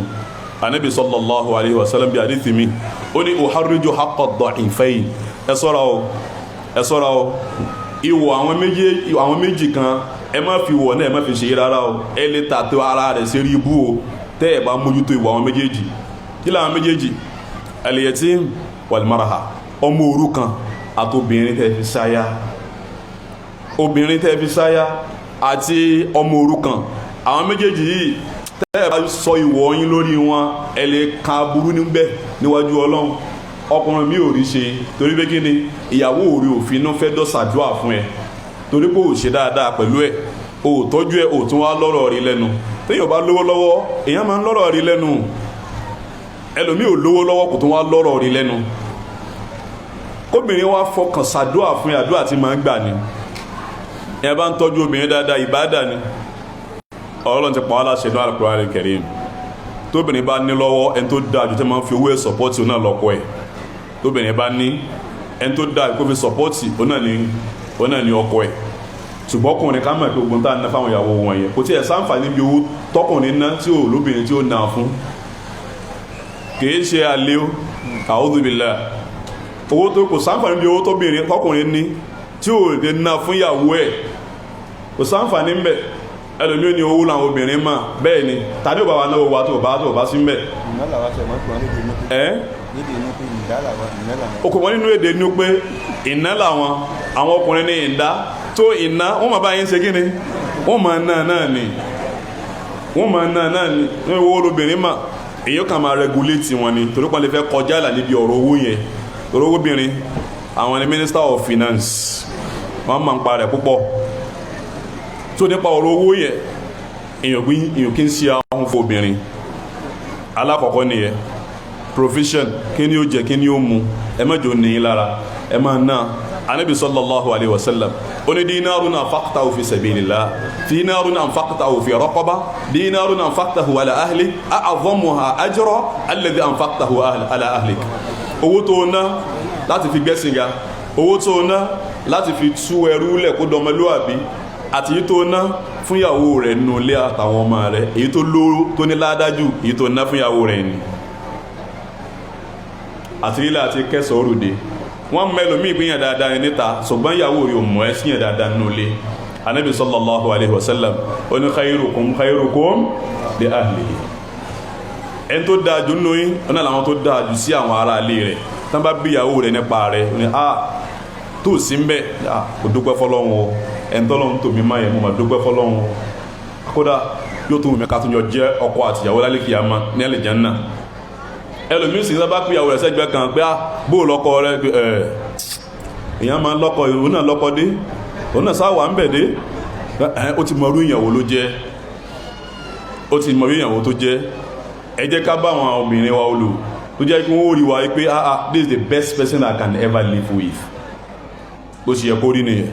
a bá ti ń dùn wọn nínú inú Ọlọ́run ló sì máa dùn sí wa àlékún orí sì ni ó máa jẹ́ fún wa níwájú Ọlọ́run ẹlẹ́ẹ̀kejì náà ní protection èyàn máa dáàbò bo ara léèyàn ojúṣe ẹlẹ́ẹ̀kejì nìyẹn wàá protect wọn how do you protect your wife èyàn máa protect wọn spiritually morally physically ààbò èyàn gbọ́dọ̀ ṣe ààbò fún ìyàwó yàn nígbà tó lọ ní kí á dáàbò bò wọn òkúrò ọgbà jẹ́ pé ìyàwó rẹ̀ yóò máa rí ẹ báyìí ìrú sì máa bá obìnrin míì tó bá wá pẹ̀lú àbúrò ẹ̀ ìyàwó rẹ̀ tó bá ń bọ́ tábùrò rẹ̀ bá wá kí wọ́n jọ máa sọ inú rí ó dùn tó bá wà pẹ̀lú dádì ẹ̀ tó bá pẹ̀lú mọ́mí ẹ̀ ṣùgbọ́n tó bá wà pẹ̀lú rẹ̀ inú títí èké ń dùn yóò tí ì jẹ́ ọkọ gidi o tó bá wà pẹ̀lú rẹ̀ kò lè túraká kò free rárá èyàn tí ẹ̀ wá gbé ọkọ mi ti dé mo wá sáré lọ ìpàdé ẹ̀ máa wá sáré kó mọ wá yọ̀ kò lè yọ̀ kò lè ó bá ti dé gbàgbà pé sọ́jà àdúmọ́ta wọlé ni ẹ̀rù ó máa bá ní mo gbọ́ tóbìnrin kan sọ fáwọn ọmọ rẹ̀ níjọ́ kan pé ọya ẹ̀yìntẹ̀lọ́gbóúnjẹ kaná bàbá yìí ti fẹ́ dẹ́nsìn tó bá dẹ́nsìn bá yóò máa wò hóíhóí bí o lè inú rèké ni oríṣiríṣi ní ń bẹ lẹ́nu àwọn obìnrin gbà mí bí wọn náà sì ti rí náà ni torí wọ́n sọ yóò máa wò hóíhóí báyìí bí inú rèké ẹ̀ ní rójú rẹ̀ ńlẹ̀ bí sọ́jà kò yẹ kó rí bẹ́ẹ̀ you have to protect your wife physically. Ànábì sallallahu alayhi wa sallam ó ní wala yadribu khiyarukum, àwọn ẹni ẹ̀sà nínú yín wọn ní máa na ìyàwó wọn láti fi tún wọn ṣe. Ìgbàtí Fatima bintu Qais lọ bá Ànábì sallallahu alayhi wa sallam, ó ní Ànábì sallallahu alayhi wa sallam ó ní Muawiya khatabani, Muawiya ló ń fẹ́ mi, Abu Jaham ó ló ń fẹ́ mi, Usama ó ló ń fẹ́ mi. Bóyá ẹnìkan nú àwọn ẹnìkọ̀ọ̀kan wò mọ̀ pé ẹnìkejì ti bá Fatima sọ̀rọ̀, torí kò bá mú Islam tó bá ti mọ̀ pé brother kan ti ń bá sister kan sọ̀rọ̀ kò tó wá tún dá sáàrin yẹn kò tó wá lọ dé kẹnu sister yẹn kò bá mú. Bóyá wọn ò mà Ànábì ò tí sọ àdífì yẹn nígbà náà sallallahu alayhi wa sallam. Ànábì wá ní torí Muawiya fasu'ulukun la mala lahu, Muawiya ò ní kankan lọ́wọ́ tó lè fi tọ́jú rẹ̀, ó yẹ kó ṣe sùúrù ni, torí pé tí ò bá ní sùúrù lọ́rọ̀ ní kó ṣe. Nínú Suratul Nur ọlọ́ni walyastafifi alladhina la yajiduna nikahan hatta yughniyahumullahu min fadlihi. Àyá 33 nínú Suratul Nur, gbogbo tí ò bá ní lọ́wọ́ ọlọ́ni kò lọ lè ní sùúrù ni títí tọ́lọ́run fi rọ̀ lọ́rọ̀. Kò ní lọ́wọ́ kó ní sùúrù ni tọ́lọ́run fi rọ̀ lọ́rọ̀. Ibẹ̀ ẹlòmí ti máa kó ti àwọn àdísì kagbé ẹnìkan lọ bá Ànábì sallallahu alaihi wasallam, ó ní Ànábì kò sí kankan lọ́wọ́ òun, ìyàwó kan lọ́fẹ́ ìyàwó kan sí, ó bá fẹ́ tán nǹkan ó ti wá di pákàlìkì báyìí, lọ́fẹ́ kan sí, ẹ wá di méjì, Ànábì kódà ìtìwá àwọn ibi tí máa yà sí ma lọ́fẹ́ kan sí. Nígbà wá fẹ́ gbogbo ẹsẹ̀ wá ń jọra wọn, àwọn àfáà aládìsí mawdu'u ni o, wọ́n fabricate ẹ̀ ni o, kò ṣẹlẹ̀ o la asla lahu. Ẹ̀wọ̀n tán ní Ọlọ́run sọ fún Al-Qur'an al-Karim, walyastafifi alladhina la yajiduna nikahan hatta yughniyahumullahu min fadlihi. Ẹni tí ó bá ti lágbára àti fẹ́yàwó kó lọ ní sùúrù tọ́lọ́run fi rọ̀ lọ́rọ̀. Ànábì náà sọ sallallahu alayhi wa sallam, ya ma'ashara ash-shabab man istata'a minkumul ba'a falyatazawwaj. Ẹni tó bá ti lágbára àti tọ́jú ìyàwó ni kó lọ ṣe kíni o, kó lọ fẹ́yàwó. Ibi tí mo ń bá lọ ní pé Ànábì sallallahu alayhi wa sallam ó sọ fún Fatima bintu Qais yìí pé má fẹ́ Muawiya torí pé su'ulukun la mala lahu, kò lówó lọ́wọ́ yẹ kó ní sùúrù ni. Sọwárí Abu Jaham ti tiẹ̀ mi ní ọ̀rọ̀ ẹ̀kọ́ òfin Abu Jaham fadarrabun linnisa, ó ti ní obìnrin kan tẹ́lẹ̀ rí ìnàkúnà ní máa ń na obìnrin. Ànábì sallallahu alayhi wa sallam ó ń sọ fún Fatima pé kó má ṣe kíni, kó má fẹ́ntì máa na ìyàwó rẹ̀, kó má fẹ́ntì má gbogbo nǹkan báyìí kò ní ti ṣe kíní kan báyìí, ìgbámú ni kí ló dé, gbogbo nǹkan títí you are violent as a man. Ó ní wala yadribu khiyarukum, àwọn ẹni ẹ̀sánú yín wọn ò ní máa fi nínà láti fi tún ìyàwó wọn ṣe, ọ̀nà pọ̀ tí wọ́n lè fi tóbìnrin ṣe tí ì ṣe nínà. Ó ní má fẹ́ Abu Jahm o, torí pé kí ni ìnàkúnà ní máa ń ná ìyàwó rẹ̀. Ṣùgbọ́n Usama tẹ bá wà rìn yìí dáadáa, ẹ̀rí pa Ànábì sallallahu alayhi wa sallam ó sọ̀rọ̀ Muawiya lẹ́yìn, àbí ó sì sọ̀rọ̀ Abu Jahm lẹ́yìn, ṣùgbọ́n kì í ṣe pá níyẹn ní kó fẹ́ fi bà wọ́n jẹ́, wọ́n wá béèrè lọ́wọ́ rẹ̀ ní dáadáa sí ni kó sọ tó bá mọ̀ ń pa wọn, torí pé kí ni ọ̀rọ̀ ìgbéyàwó kì í ṣe nǹkan tí yẹn máa fi ṣe rárá. Làwọn àfáà fi sọ fún wa sallallahu alaihi wasallam gẹ́gẹ́ bí Imam Nawawi rahimahullah, bí lára àwọn àyè tí ṣẹ̀ríà àti gbà wá láyè láti sọ negative thing nípa ènìyàn kan òní eléyìí. Al-qadhu laysa bi ghibatin fi sittatin, kíyàn sọ̀rọ̀ yàn láì dá lọ́nà mẹ́fà àníkà kún gíbà. Ààrẹ nílùú yìí ti Fatima bintu Qaisi tó lọ bá Nabi fún sallallahu alaihi wasallam. Kí ni wọ́n fà láàrin yẹ? Ọlọ́ni kíyàn dáàbò bo obìnrin, protection olójúṣe kejì tó yẹ kí wọ ọkùnrin kó yẹ ká ṣe. Ẹni tó wá yẹ kó dáàbò bo olówá ń nà ní gbogbo ìgbà yìí. Ó ti ń takò aya al-Qur'an al-Karim. Inú hadithi mi Muawiya bin Haida ó lọ bá Nabi sallallahu alaihi wasallam, ó ní ma haqqu imra'ati ahadina alayhi, àwọn ìyàwó wa kí ni wọ wọn lọ́rùn wa. Anabi sallallahu alaihi wasallam ó ní tut'imuha idha tu'imta, bó bá ti ń jẹ dípò ìyàwó rẹ̀ náà jẹ, má fi bí pa ọ, má fi bí pa ìyàwó rẹ̀ wa taksuha idha iktasayta, tó bá ti ń dásọ dípò ń dásọ fóun náà. Ìwáyà kan ní wa taksuha idha iktasabta, tó bá wà lọ́wọ́ rẹ̀ nígbà lẹ́yìn ìgbà máa gbìyànjú àti fún wọn lówó àti ṣe kíní o àti lọ́wọ́ aṣọ, jẹ́ kó aṣọ wà lọ́rùn ẹ̀ kí ó máa wọn nǹkan tínú ti ṣe náà máa dùn. Ó ní wala tadribul wajh, gbogbo tó bá wo wá lè ṣe fún ẹlẹ́ṣẹ̀ kó gbọ́dọ̀ gbáyàwó rẹ̀ lójú o. Inú Ìsìlámù ìgbáyàn lójú náà generally pé ìgbáyàn lójú kódà kéèyàn kọlà ojú èyí tọ́pọ̀lọpọ̀ ará Ìlọrin máa ń ṣe àti ibòmíì náà kò bá múnú ṣẹ̀ríà pé ìgbáyàn lójú gbogbo tá a máa fi ṣe kódà iná mùsùlùmí tó bá wọná anabi sallallahu alayhi wa sallam ó ní wa harrama Allahu ala an-nar an ta'kula mawadi'a as-sujud ọlọ́run ti ṣe é léwọ̀ fún ná mùsùlùmí tó bá lè wọná nítorí ìjì ẹ̀ṣẹ̀ kó tó padà sálẹ̀ Jánnà kò ní jó ojú yìí kò ní fọwọ́ kàn táwọn màláíkà bá lọ lè yọ àwọn mùsùlùmí tó ń wọná kúrò ojú wọn ti dá wọn mọ̀ torí pé nǹkan kan ò ní ṣe kíni ibi tó tóbi yìí tá a fi ń kalẹ̀ fọ́lọ́run ọba nìyẹn ní ojú yìí gbáyàn lójú ògùrọ̀ gbáyàn létí nínú Islam kódà wọ́n máa rí ògùrọ̀ gbá wọn létí nínú Islam ó ní wàlá tadribu liwajhi gbágbáyàwó rẹ̀ lójú o wàlá tuqabbih má fi ìbú ara má fi bú ìyàwó rẹ̀ kalimatun qabiha má sọ fún ìyàwó rẹ̀ insulting word kí ọ rí wo nílà káyìn ti tiẹ̀ rárá ẹ̀ máa rán sílé kìnnì kan ṣe kìnnì kan àná kìnnì kan ní òṣè kìnnì kan máa sọ̀rọ̀ sí ọ̀rọ̀ tó mọ̀ kò lè sọ̀rọ̀ ẹ̀ sí ẹ̀ ọ̀rọ̀ tó mọ̀ kò lè sọ̀rọ̀ ẹ̀ sí ẹ̀ Ànábì ní wàlá tuqabbih èébú ara ọ̀rọ̀ burúkú má sọ sí ìyàwó rẹ̀ wala tahjur illa fil bayt má bá yẹn di o àfi tó bá yẹn di nílé ọ̀rọ̀ wọn àfáà pọ̀ láàrin ìyẹn ni pé tẹ́ bá tiẹ̀ bára wọn yíyan di kó jẹ́ nílé tẹ́ bá dé ta padà nígbà pé nǹkan kò ṣe kíni nígbà pé nǹkan kò ṣẹlẹ̀ ni kẹ́ má jẹ́ kí ara àtàsáré máa dá sí nǹkan tó ń ṣẹlẹ̀ ní inú ilé torí pé lómi ò lẹ́kọ̀ọ́ dáadáa láàrin yẹn gbogbo tíyàwó ẹ̀ bá ń ṣe fún báyìí ló máa sọ fún màmá rẹ̀ gbogbo tíyàwó ẹ̀ bá ṣe fún báyìí ló máa sọ fún wọn gbogbo tọ́pọ̀ ẹ bá ṣe fún ẹ báyìí ó máa rẹ̀kọ́dù ẹni ó máa sẹ́ndì ẹ̀ sí mọ́ ẹtún gbọ́ tí wèrè rẹ̀ tún wí ẹtún máa gbàtọ́ pé wèrè lọ́dọ̀ jòkó ti tẹ́lẹ̀ máa sẹ́ndì ọ̀rọ̀ wèrè èèyàn kí ń ṣe bẹ́ẹ̀ ìmí mo ti lọ ojúṣe ẹlẹ́ẹ̀kejì náà ni protection wàá protect ìyàwó ẹ spiritually wàá protect ẹ morally physically spiritually àtijọ́ tó ti fẹ́ ìyàwó yẹn ìlò ti sọ fọ́lọ́run pé ọlọ́run o gbogbo tó bá bi àwọn òbí ìyàwó mi nípa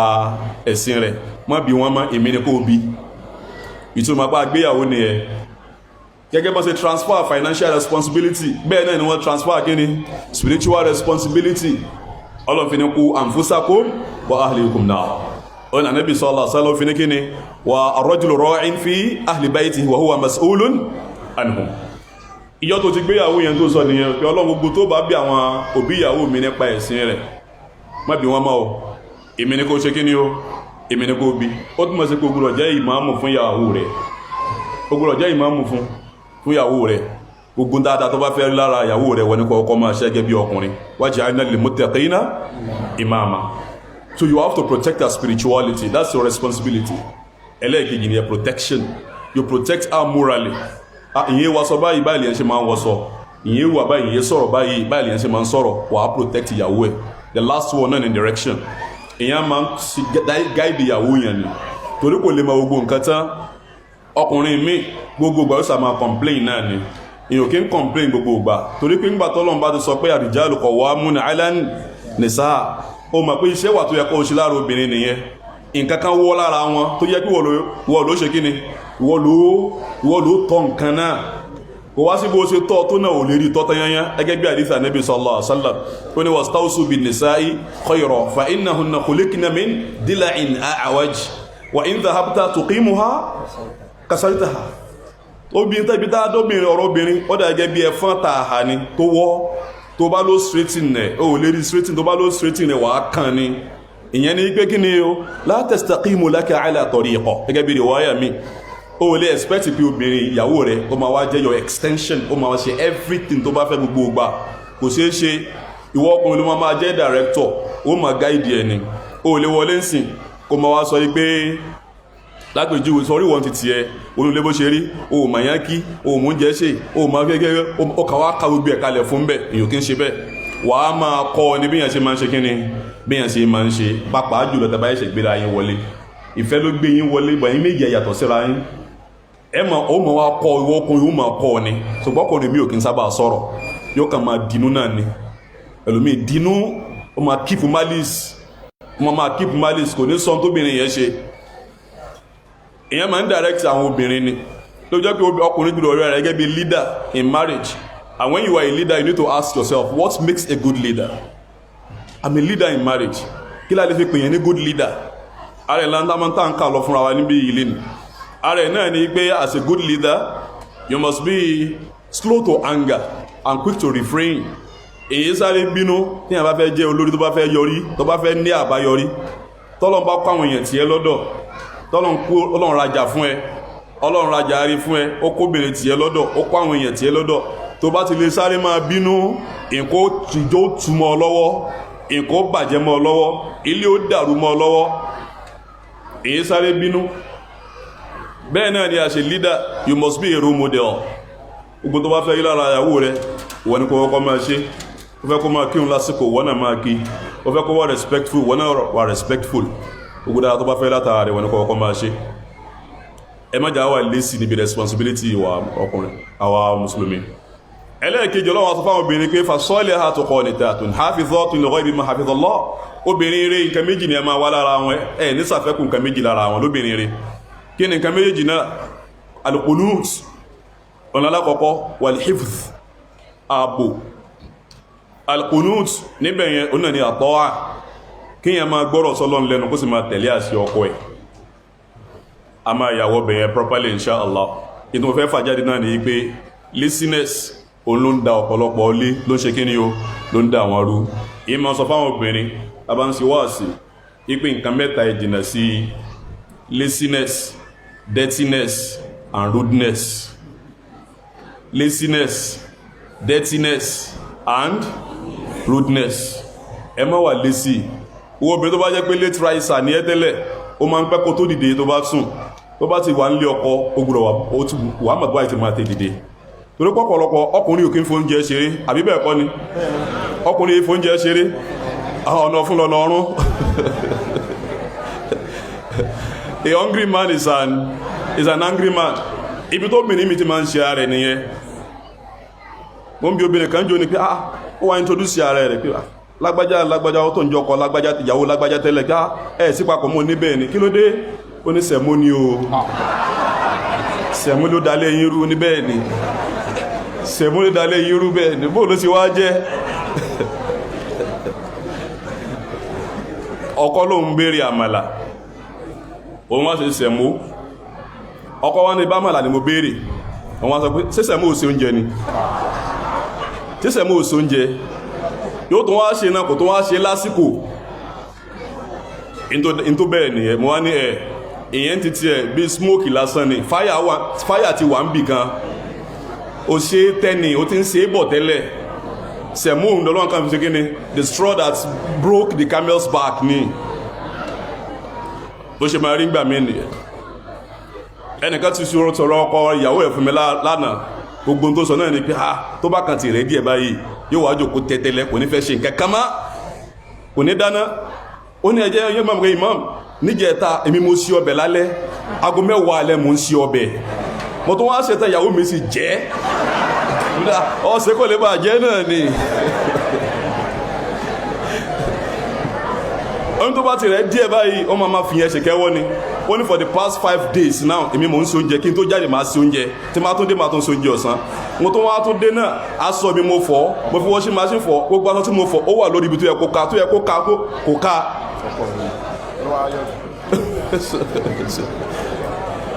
Ẹ má jà jẹ́ ọ̀lẹ o, ẹ má jà jẹ́ ọ̀lẹ. Ilé ọkọ ilé iṣẹ́ ni o. Ẹ̀yin obìnrin nǹkan mẹ́ta yẹn láti avoid ẹ̀ bá fẹ́ bá dùn ọkọ yín. Laziness, ìyẹn máa wà hard working ni. Ìyẹn máa wà hard working ni. Laziness and rudeness, ẹ má wà rude, ẹ sì má wà dirty. A lọ parí ìjà ń bì kan jọ kan. Nígbà wá parí ìjà tán, a sáà bí ọkùnrin yẹn àgbàlagbà ni, politician ni. Gbogbo ọmọ ọkùnrin tọ́lọ́n sì bùn ọkùnrin yìí àtàrà obìnrin ìyàwó ẹlẹ́ẹ̀kejì lọ́n ti bùn. Gbogbo àwọn ìyàwó alákọ̀ọ́kọ́ gbogbo ọmọ tó lọ́n fún pátápátá ọmọ obìnrin ni. Ṣùgbọ́n ìyàwó ẹlẹ́ẹ̀kejì gbogbo tọ́lọ́n fún títí ẹ̀ ọmọ ọkùnrin ni. Aṣá wà bẹ́ẹ̀ ọwá tọ̀ òun ò ní gbóníṣẹ́. Ọwá ní tóhun ṣe ni pé imam tẹbá ní kóhun ó gbà ní tóhun sọ ni pé mo fẹ́ kó wá lẹ́yìn kó wá lọ́jọ́ mẹ́ta. Kí ni kó wá ṣe ń lè mi? A'udhu billahi minash shaitani rajim. ó ní mọ́mọ́ ẹ̀ lé wọnú lé obìnrin yẹ lé wọnú lé rẹ̀ ó dẹ̀ tí ara ọ̀lẹ náà sì ni intelligent ló máa fi dààmú obìnrin míì nìyẹn torí pé wọ́n dẹ̀ tí àlìjànú sì ni láwọn ṣàyàtì nínú wọ́n láìkì ibi tó bá ṣe kí ni gbogbo tó bá dẹ̀ tí ìtóbìnrin mi fi ní problem àlìjànú nìyẹn torí pé ò láfíjú inú ilé máa dọ̀tí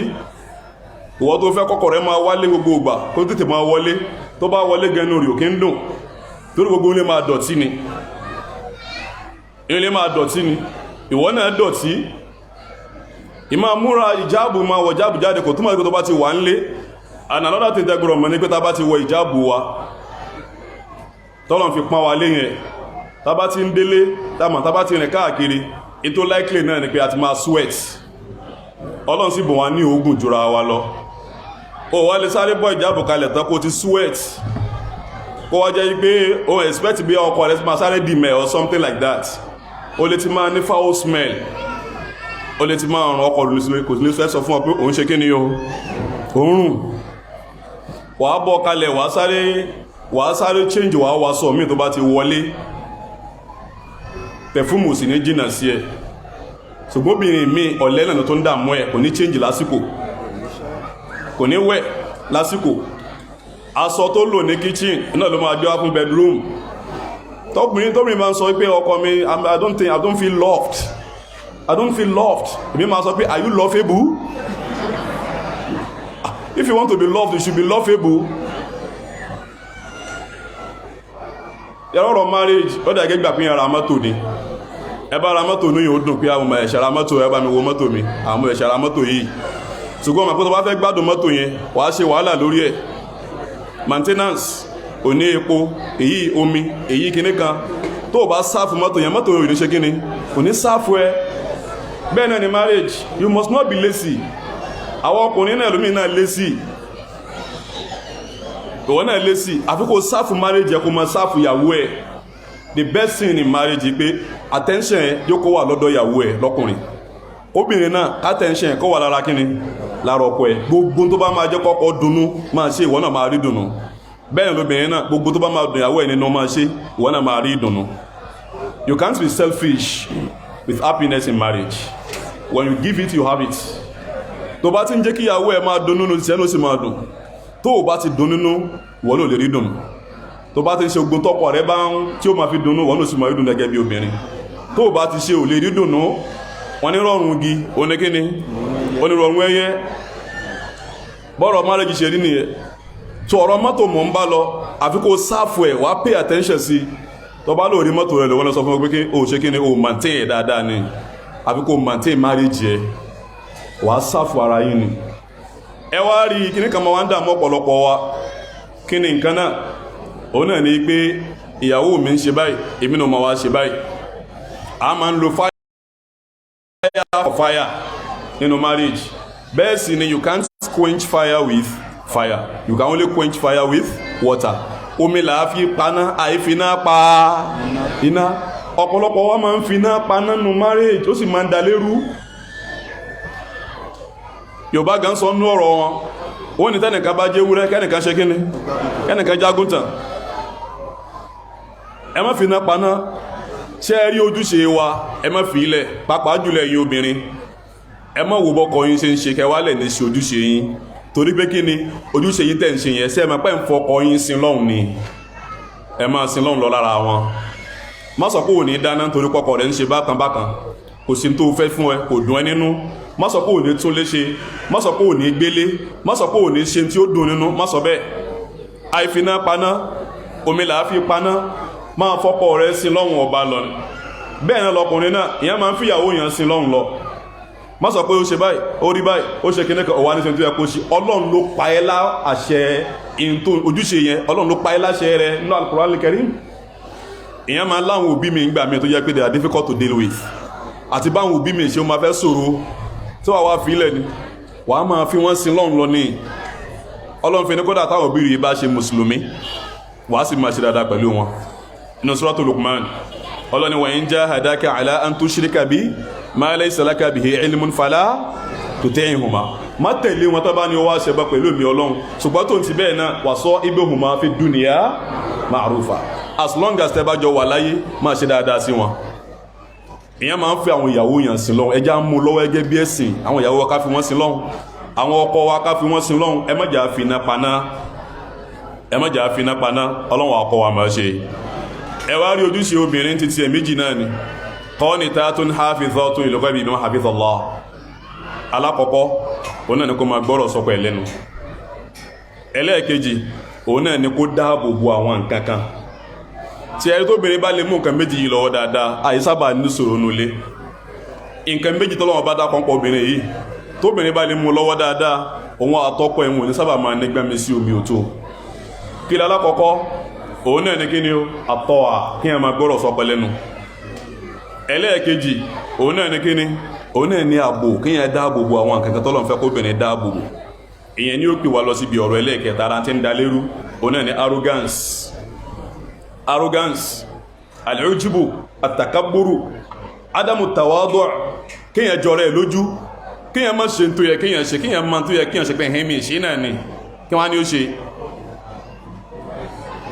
ọ̀pọ̀lọpọ̀ obìnrin tí wọ́n rí lé gbé lónìí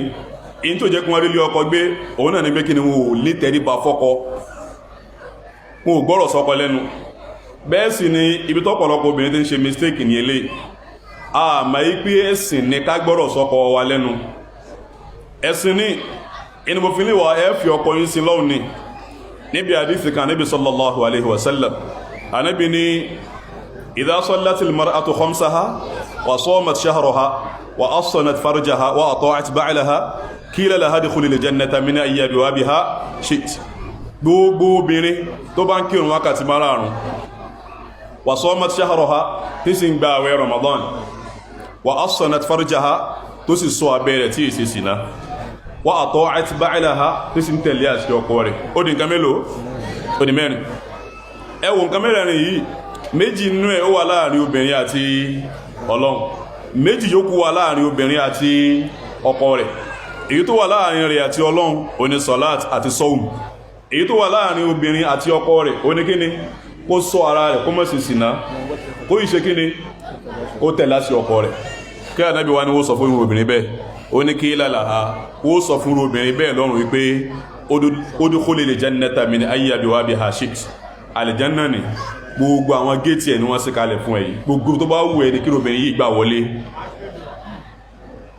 àṣé ìbáàdà ńláńlá ni kóbìnrin máa gbọ́rọ̀ sọ́kọ lẹ́nu kó sì sọ ara ẹ̀. inú mo fi léyàn máa ń fi ọkọ yẹn sí lọ́wọ́ ní ẹ̀yìn obìnrin ìyẹn máa ń sọ̀rọ̀ ṣe ń gbà mí ṣùgbọ́n ẹ má ya feminist o. ẹ wọ ọ̀pọ̀lọpọ̀ àwọn òyìnbó ẹni pa àwọn ọkùnrin lò wọ́n jù wọ́n lẹ̀ ni wọ́n jù wọ́n lẹ̀ ni. Ọlọ́run tó ṣàánú àwa púpọ̀ tó bá ti kọ̀rọ̀ nípa marriage Ọlọ́run ṣàánú àwa púpọ̀ ju àwọn òyìnbó lọ láwọn tí wọn ò lẹ́kọ̀ọ́ ẹ̀sìn rárá yẹn. ẹ má wá jẹ́ kí wọ́n fi titi wọn kán fi kó bá titi wa o. ẹni tí ò ní ṣe tí ò ní jẹ́ tí ó ṣe ni wọ́n o. ẹ má ya feminist tí ó wo pé I can choose who is going to use my body mo lè determine ta ló fẹ́ lo ara mi. feminism kan nìyẹn. feminism á fẹ́ kó wúra rẹ pé ìwọ àtọkọ rẹ ìjura yín lọ. You are at par. You are partners. Yes, you are partners. But tó gbọ́dọ̀ máa rí ọkọ rẹ gẹ́gẹ́ bí aṣáájú rẹ̀. Obìnrin ní kankan tí fi máa ń ju ọkọ rẹ̀ lọ. Tó bá lówó ju ọkọ rẹ̀ lọ, ó ju ọkọ rẹ̀ lọ. Account balance kọ́ lèèyàn máa fi ń ṣe kíni. Lè máa fi determine superiority. Bẹ́ẹ̀ náà sì ni tó bá dàgbà ju ọkọ rẹ̀ lọ, ó ju ọkọ rẹ̀ lọ. Ó sì lè ga ju ọkọ rẹ̀ lọ. Kó máa wọlé bí arara. Kó máa fojú kéré ẹ̀, ó ju lọ. Ó lè kàwé ju ọkọ rẹ̀ lọ ó ju ọkọ rẹ̀ lọ. máa rí ọkọ rẹ̀ gẹ́gẹ́ bí aṣáájú rẹ̀ kó máa gbọ́rọ̀ sí lẹ́nu. máa rí gẹ́gẹ́ bí aṣáájú rẹ̀ kó sì máa gbọ́rọ̀ sí lẹ́nu. inú ilé yẹn máa tò. tọ́ àti rí ń sìn pé ẹ̀sìn ni ìwọ obìnrin tó bá lè ṣe wọ́n fún ọ ní VIP treatment. important personality, very important personality lọ́rùn. ẹ máa gbọ́rọ̀ sáwọn ọkọ yín lẹ́nu. agídí ló ń dààmú obìnrin mi kíyàn wà stubborn kò sí tẹ́wì kò ní gbọ́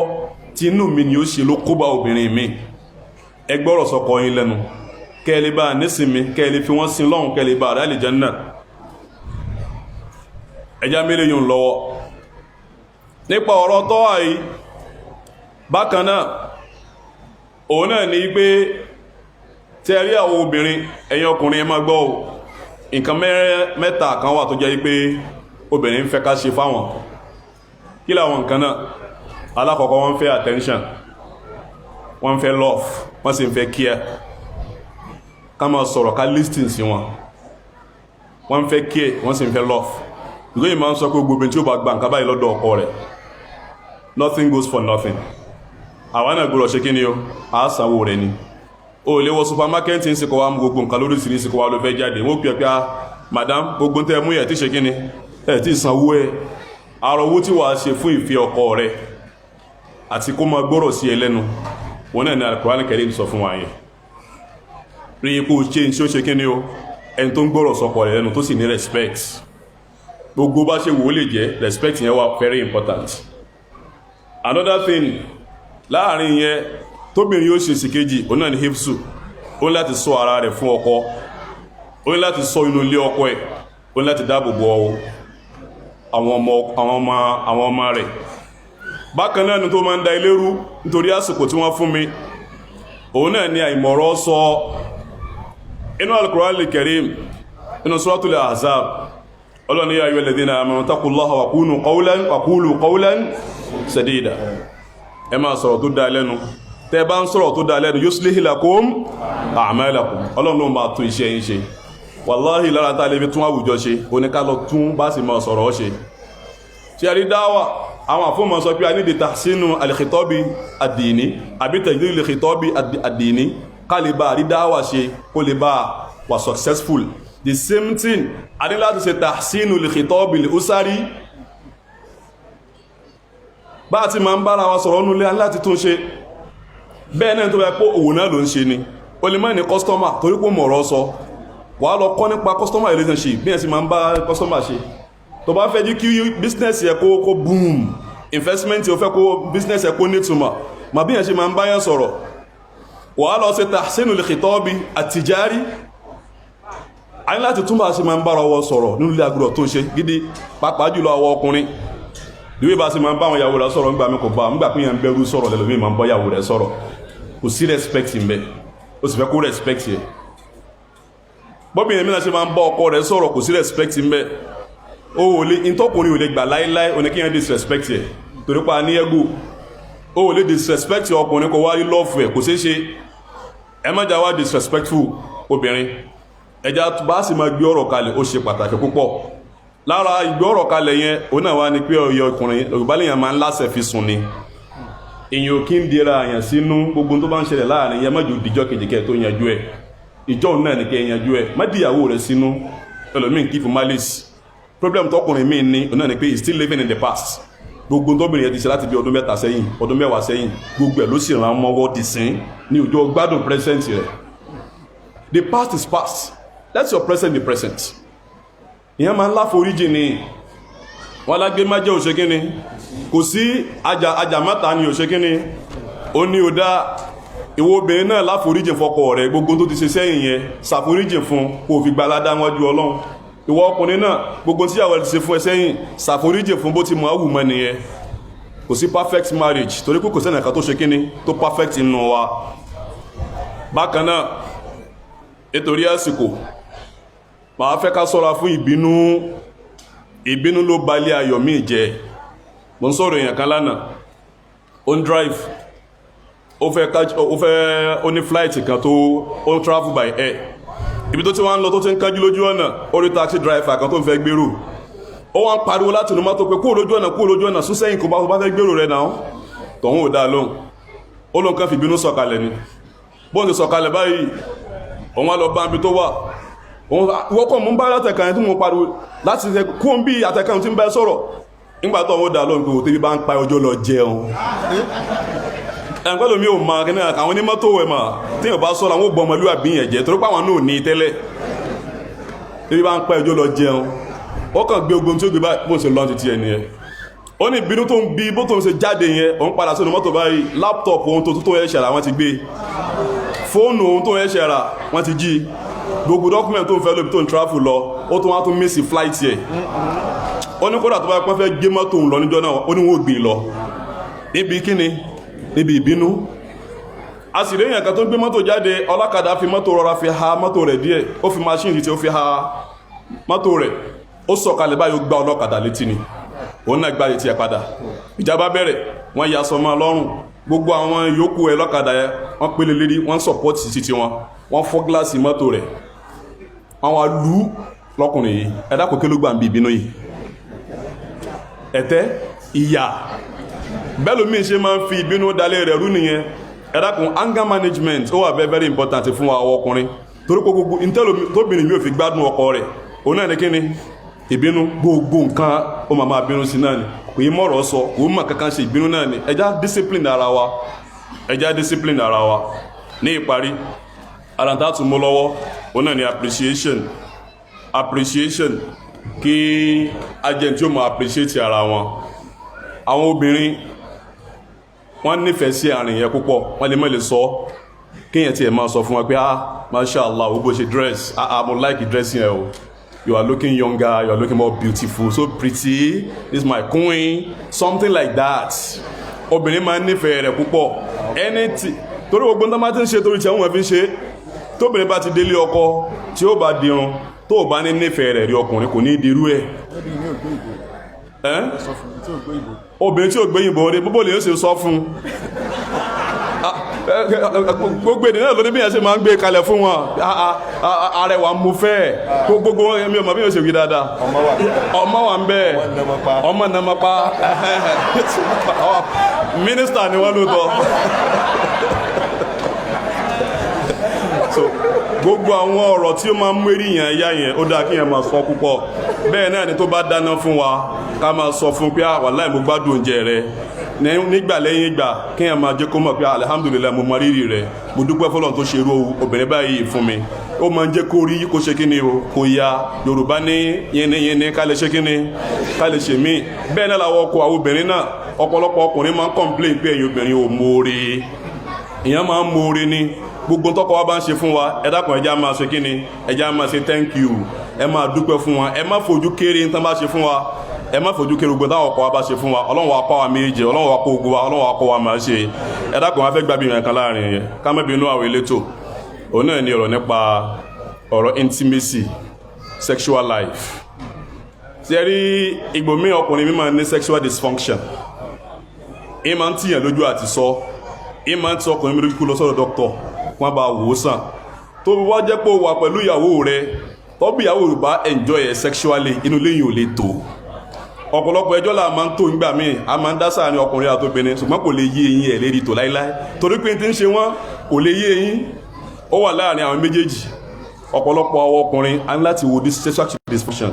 ohun tó ń jẹ ó máa determine bóòlù sí máa wà sexually fertile. Òun láti wà careful nípa tó ń jẹ, iṣẹ́ tó ń ṣe, bó ṣe ń wà lára rẹ̀, bó ṣe ń nǹkan tóbìnrin ò bá enjoy rẹ̀ wà á rí nínú ìṣesí ẹ̀. Tóbìnrin bá enjoy ọkọ rẹ̀ sexually wà á rí nínú ìṣesí ẹ̀. Àárín yẹn wà very very important. Then ká wà romantic, ìmọ̀ àfa obìnrin lọ́wọ́, ìmọ̀ àjọ jáde, ìmọ̀ bá wọn ṣeré, ìmọ̀ gbéra ẹni, ìmọ̀ ra gift fún wa, ìmọ̀ gbogbo àwọn nǹkan wọ̀nyí ó dáa púpọ̀ ká wà romantic. Ọ̀pọ̀lọpọ̀ ọkùnrin wà romantic, àyàfi tó bá wà lórí bẹ́ẹ̀dì ẹnìkan. Ìyẹn máa wá, Ànábì máa ń kiss àwọn ìyàwó ẹ̀ gbogbo ìgbà, kódà nú àwẹ̀